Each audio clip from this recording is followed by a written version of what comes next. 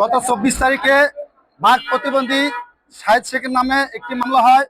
25 তারিখে বাঘ প্রতিবন্ধী সাইদ শেখকে কোর্টে প্রেরণ করে, কিন্তু সেদিন বিজ্ঞ আদালত না থাকায় পরের দিন আমরা এই সাইদ শেখের জামিন শুনানি করি।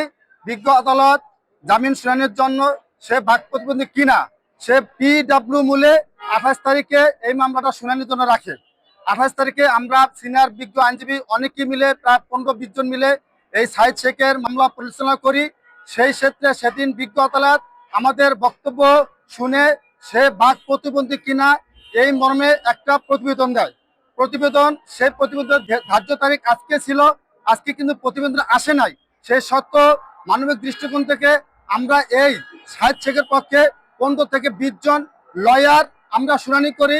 আমরা বলেছি যে সাইদ শেখ একটি মানবিক প্রতিবন্ধী, বাঘ প্রতিবন্ধী, সে চলতে পারে না, খাইতে পারে না, কথা বলতে পারে না।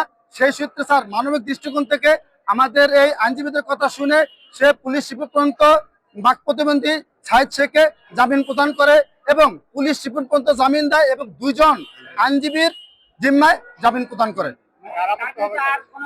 তার বিরুদ্ধে আর কোনো মামলা নাই। সাইদ শেখের পক্ষে জামিন নামা দিয়েছি।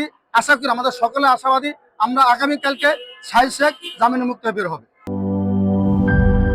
শিয়া বাটার ও ভিটামিন ই সমৃদ্ধ লিলি বিউটি সোপ, তারুণ্যময় উজ্জ্বল ত্বকের জন্য। রিমার্ক,